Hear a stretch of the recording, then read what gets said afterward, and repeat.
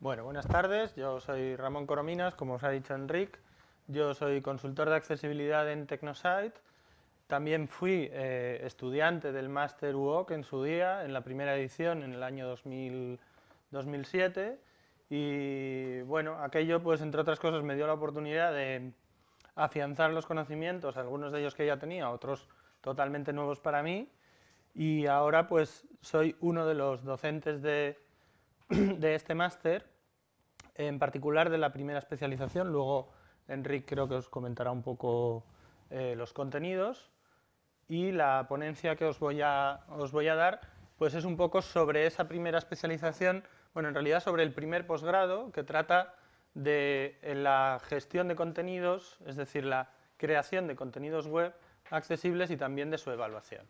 Entonces, la ponencia se titula Pautas de accesibilidad al contenido web 2.0, una filosofía diferente. Bien, esa filosofía lo que voy a tratar de explicar es cuáles son esas diferencias, un poco cosas que vamos a ver en el máster. Y bueno, para poner esto en contexto, pues tenemos aquí el W3C, la WAI y sus pautas. El W3C es el World Wide Web Consortium, que es un consorcio de empresas, organismos, instituciones públicas, privadas. Por ejemplo, Fundación 11 pertenece al consorcio W3C, y este organismo se trata o se encarga de crear los estándares de la web, es decir, todo aquello que está relacionado con la World Wide Web, tanto estándares de creación de contenidos como de su evaluación. En este caso funciona con grupos de trabajo, uno de ellos es la WAI, que es la Web Accessibility Initiative, o sea, la iniciativa de accesibilidad en la web, que es un grupo transversal que se encarga de todo el tema de la accesibilidad en todas las tecnologías W3C. Y hoy en día ya en otras tecnologías que no tienen por qué ser del W3C. Este grupo de trabajo crea una serie de pautas que también son transversales a muchas diversas áreas. Digamos que el área principal, que por eso está aquí en negrita y por eso también, como veis, está en el centro de las tres áreas principales, el área principal es la de contenidos, pero también hacen pautas para aquellas herramientas de autor, es decir, las herramientas que crean los contenidos, por ejemplo, pues el Dreamweaver o también los CMS que pueden generar esos contenidos, y también crean pautas para lo que son los agentes de usuario, es decir, los navegadores, los productos de apoyo, todo aquel producto que accede a esos contenidos. Pero en el centro tenemos esas pautas de accesibilidad a los contenidos, que básicamente, digamos que la relación entre ellas sería, si yo quiero crear un contenido accesible y la herramienta de autor no me permite hacer ese contenido accesible, pues ya de mano no puedo generar un contenido que tenga esos criterios de accesibilidad. Si el navegador no es capaz de interpretar los contenidos que tienen esa accesibilidad, tampoco me sirve de nada.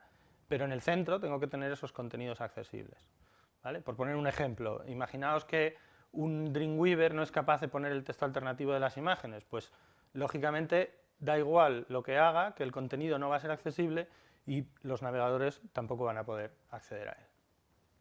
Entonces, dentro de estas pautas, como os digo, las de contenidos, son estas, las WCAG, normalmente se llaman así, WCAG, para abreviar. Lo primero es definir qué es el contenido web. Y el contenido web pues es no solo la información, sino también la interfaz, es decir, todo aquello a lo que yo accedo para moverme por el sitio web. Puede ser los menús, pueden ser las barras, puede ser cualquier elemento que me permita moverme por ese sitio web. Y eso al final lo que genera son unos servicios web que van a ser accesibles o no, dependiendo de lo que yo haya hecho en esos contenidos. Esas pautas son tanto para el desarrollo como para la evaluación de los contenidos, es decir, las pautas nos dicen cómo crear los contenidos de una manera accesible, pero también, si yo ya tengo los contenidos hechos, cómo puedo evaluar esos contenidos para saber si están cumpliéndose bien los criterios. Tenemos actualmente dos versiones, la primera es de mayo del 99, como veis, y la segunda de diciembre de 2008. Han pasado 10 años entre unas y otras.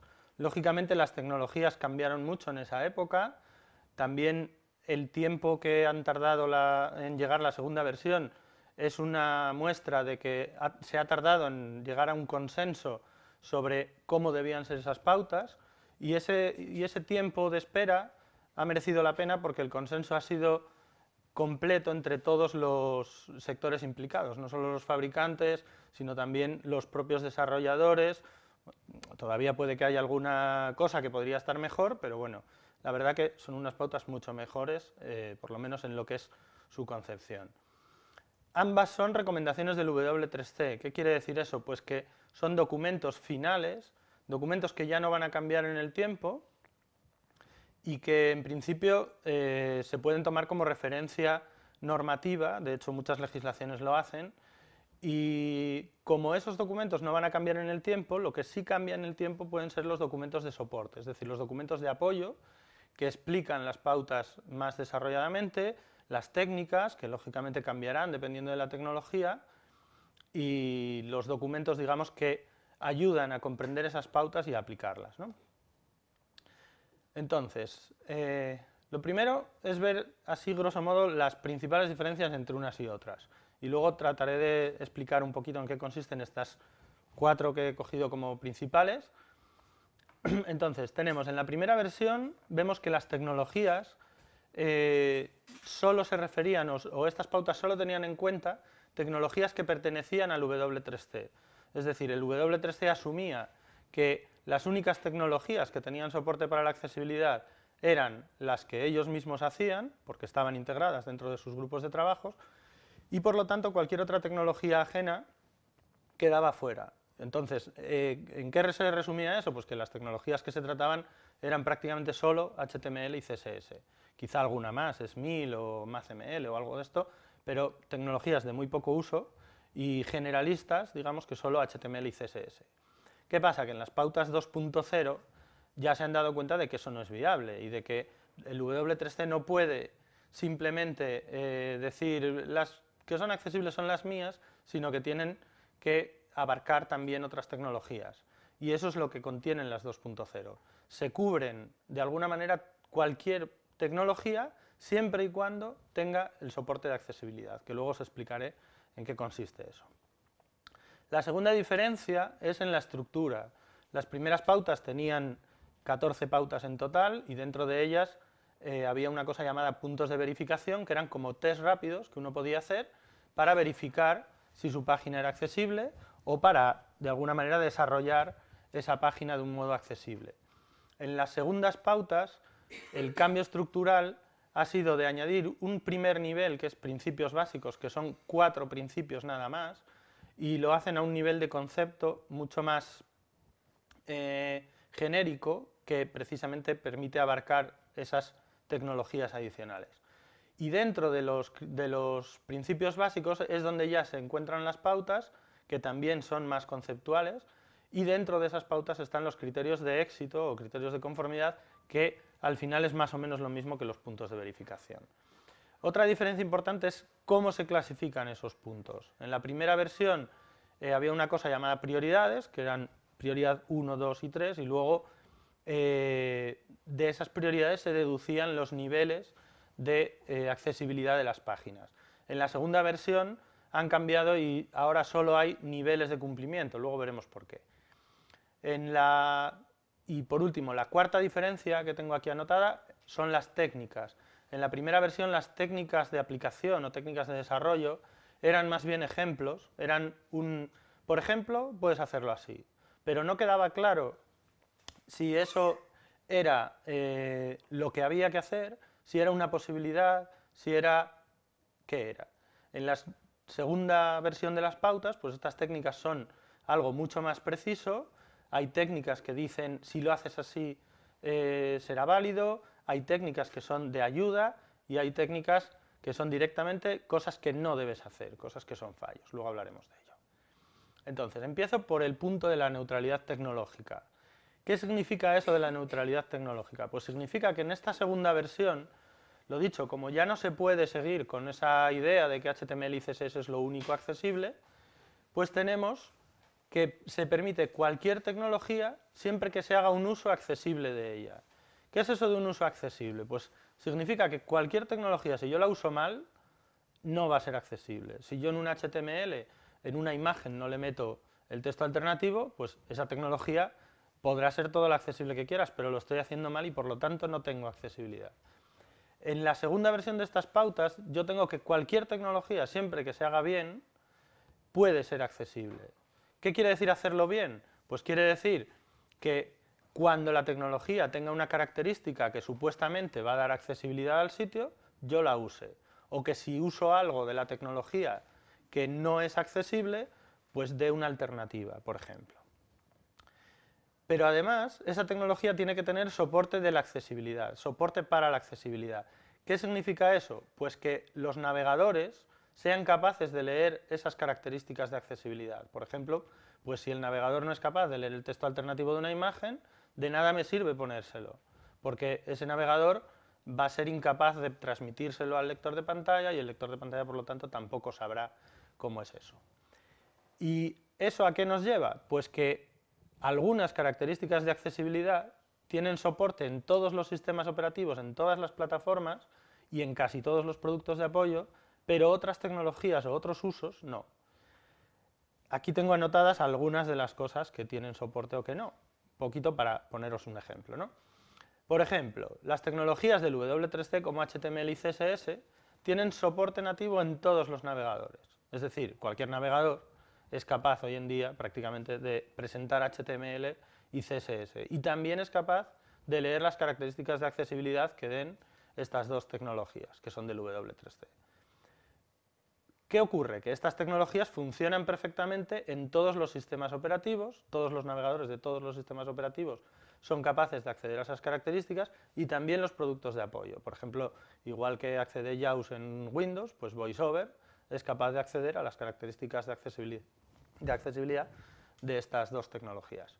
Sin embargo, si me paso a temas como, bueno, JavaScript, por ejemplo, también tendría ese soporte. PDF tiene el soporte a través de programas externos. Esos programas, a día de hoy, sí son accesibles o sí existe soporte en todas las plataformas. Pero tenemos el caso de Flash. Flash tiene características de accesibilidad y se puede hacer Flash accesible. Sin embargo, las características de accesibilidad de Flash no todas son soportadas, bueno, de hecho, prácticamente ninguna tiene soporte en Mac. Es decir, el Flash puede estar ahí, un usuario que vea con un ratón puede pinchar en los diferentes objetos que hay dentro del Flash, puede ir adelante, atrás o lo que sea, pero un usuario de VoiceOver, un usuario del lector de pantalla de Mac, no podría acceder a esas características. Entonces, aquí el soporte no es del todo real, digamos que sí que hay una posibilidad de cumplir con las pautas 2.0, que es que estemos en un entorno cerrado donde sabemos que los usuarios van a tener Windows, van a tener Explorer y van a tener Flash. Y por lo tanto, pues no pasa nada, entre comillas, porque dentro de ese entorno cerrado sí podemos hacer un Flash accesible, pero solo si nos vamos a ese entorno cerrado, por ejemplo una intranet. La segunda de las diferencias es esta de la estructura, que como os decía, tenemos 4 principios básicos iniciales, a nivel conceptual, como veis, perceptible, es decir, que se pueda percibir el contenido, operable, que se pueda actuar con él. Por ejemplo, el perceptible podría ser los textos alternativos de las imágenes. Describir una imagen es fundamental para que un ciego pueda conocer en qué consiste esa imagen o cuál es la función que cumple. Operable, decía, que se pueda interactuar con el contenido, sobre todo que se pueda manejar con el teclado, porque muchas veces la gente tiende a hacer interfaces que solo se pueden manejar con el ratón. En tercer lugar tenemos el comprensible, es decir, que la información esté claramente expresada, sobre todo, por ejemplo, el marcado del idioma entraría dentro de esta categoría, o, por ejemplo, que los formularios tengan información suficiente como para que sepamos rellenarlos. Por ejemplo, que pongan ejemplos, que identifiquen los errores, todo ese tipo de cosas. Y en cuarto lugar, y no menos importante, está el principio de robusto, es decir, que las aplicaciones sean compatibles con el máximo número de navegadores, de productos de apoyo, y que también estén hechas de forma que sean escalables de cara al futuro. Dentro de esos principios básicos tenemos las pautas, que esas pautas también están en niveles más bien conceptuales, pues hay uno sobre alternativas, hay otros sobre multimedia, hay otros sobre acceso con teclado, bueno, son también a nivel de concepto mucho más que elementos, que era un poco como estaban estructuradas las primeras. En las primeras se hablaba mucho de lo que son tablas, temas de formularios, temas de imágenes, cosas así. Aquí no, aquí se pasa más bien a un tema más conceptual genérico. Y por último tenemos esos criterios de éxito o criterios de conformidad que en realidad son una copia o algo muy parecido a los puntos de verificación. Ahora vamos a ver un poco por qué esa nomenclatura cambia. Es decir, por qué se pasa de llamarlos puntos de verificación a criterios de éxito. Y eso tiene que ver con la clasificación. Esa clasificación de mano hace desaparecer el concepto de prioridad. ¿Y por qué? Porque parece un cambio un poco flojo, digamos. La clave es la siguiente. En el caso de las prioridades parece que estamos haciendo referencia a algo que está mal hecho y hay que arreglar. Es decir, como está mal hecho, tengo que poner una prioridad más alta al arreglar determinado tipo de errores. Y por lo tanto nace esa historia de prioridad 1, prioridad 2, prioridad 3. En las pautas 2.0 eso ya desaparece y se tiene más en cuenta que los niveles son igual de importantes. Todos los niveles tienen importancia para algún tipo de usuarios. Y por lo tanto ya no se trata de priorizar qué es lo que cambio, sino simplemente de adecuarse a un nivel y de tener ese nivel como objetivo. Se trata de alcanzar objetivos y no tanto de arreglar cosas ya hechas, ¿no? Y por eso también cuando decía esto de que ya no son puntos de verificación sino criterios de éxito, pues también es eso un poco. No se trata de verificar algo a ver si está bien, sino de intentar alcanzar el éxito desde el principio. Esos niveles son tres, que bueno, son los ya conocidos, el A, AA y AAA. Y las pautas los definen pues de esta manera tan simple. El nivel A es un mínimo nivel exigible y es un nivel que es alcanzable por cualquier recurso web. Sabemos que se puede alcanzar. El nivel AA es una mejora de la accesibilidad, una mejora importante y que además también sabemos que es perfectamente alcanzable por cualquier recurso web. Y el nivel AAA en realidad también es una mejora adicional que puede ser importante para muchos usuarios. De hecho, en el nivel AAA están muchos temas relacionados con discapacidades cognitivas, intelectuales. Lo que pasa es que no siempre es fácil alcanzar eso y no todas las tecnologías permiten alcanzar el nivel AAA. Entonces, los tres niveles son también importantes. Normalmente nos vamos a quedar en el nivel AA por esa dificultad de poder alcanzar esa AAA. Pero eso no quiere decir que algunos de los puntos de AAA sí se puedan aplicar. Y por último, otra diferencia que hay en cuanto a la estructura es que en las pautas 2.0 se habla no solamente de páginas así como un concepto abstracto, sino que se explica claramente lo que es una página web completa, qué es lo que se debe analizar o qué es lo que queremos hacer accesible, una página web completa, y también se habla de esos procesos.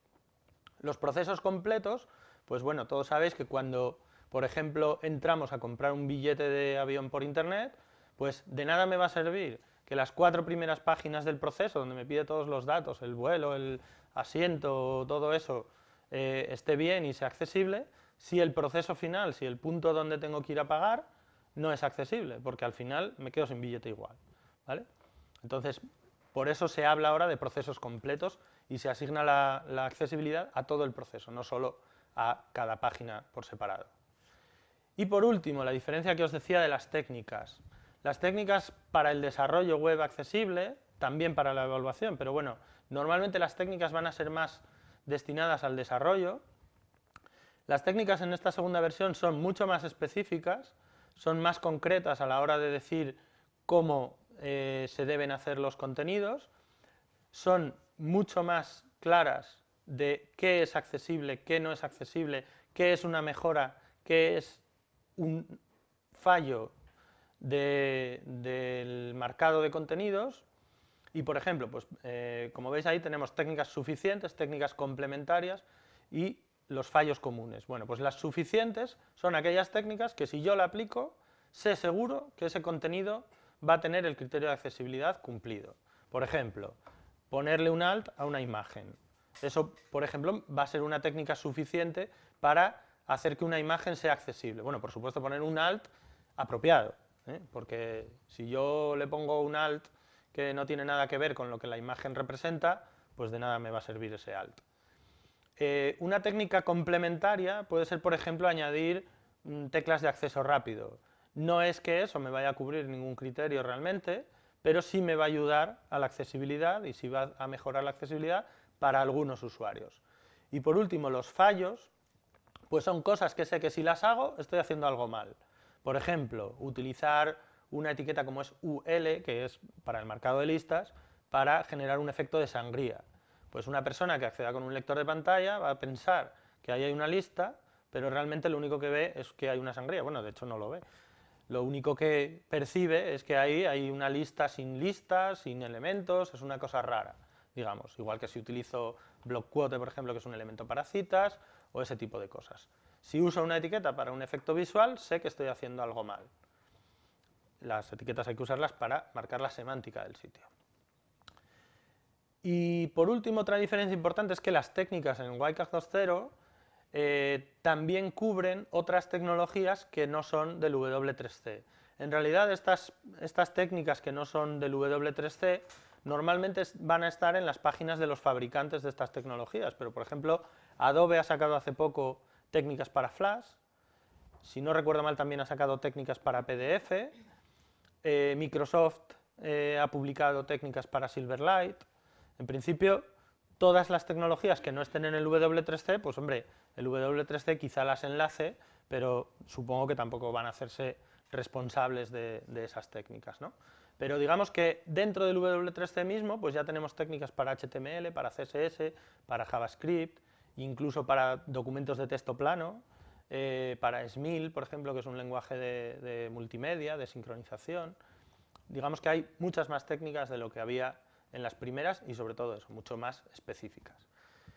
Y bueno, termino con esta pregunta lanzada al aire, que es, ¿podemos olvidarnos de las 1.0?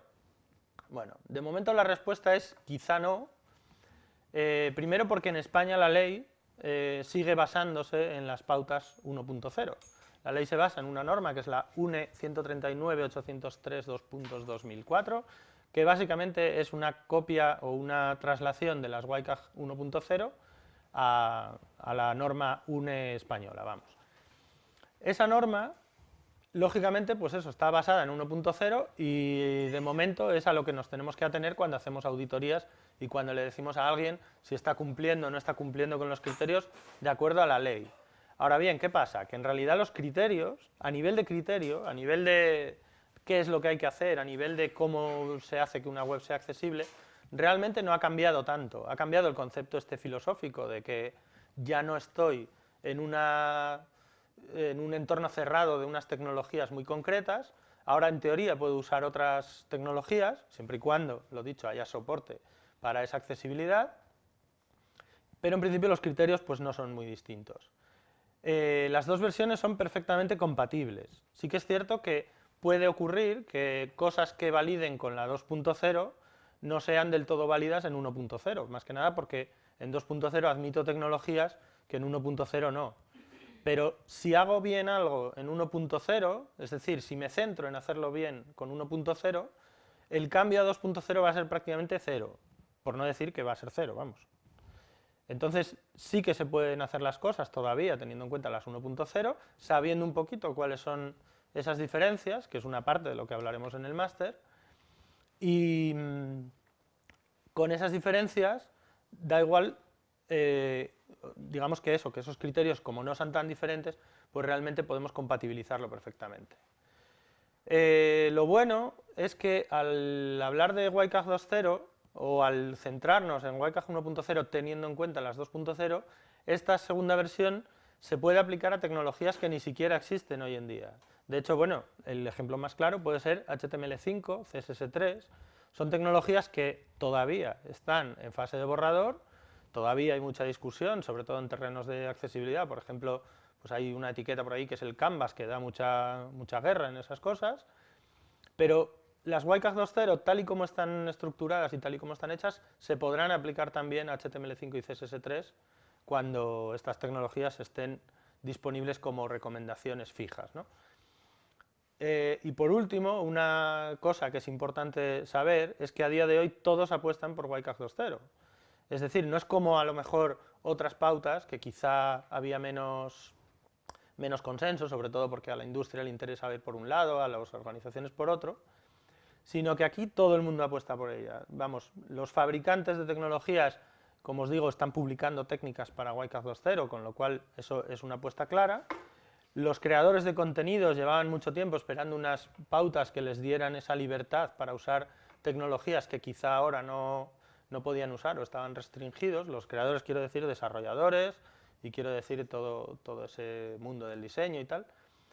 Las empresas y las organizaciones, es decir, los que tienen en propiedad esas páginas web, los que tienen que hacerlas accesibles y están ahí pendientes de que la ley se les pueda aplicar, pues también están encantados porque van a poder aplicar tecnologías que hasta ahora pues estaban un poco ahí como que, es que no puedo meter JavaScript en mi página. Y ahora la respuesta es más bien, si lo haces bien, sí que puedes.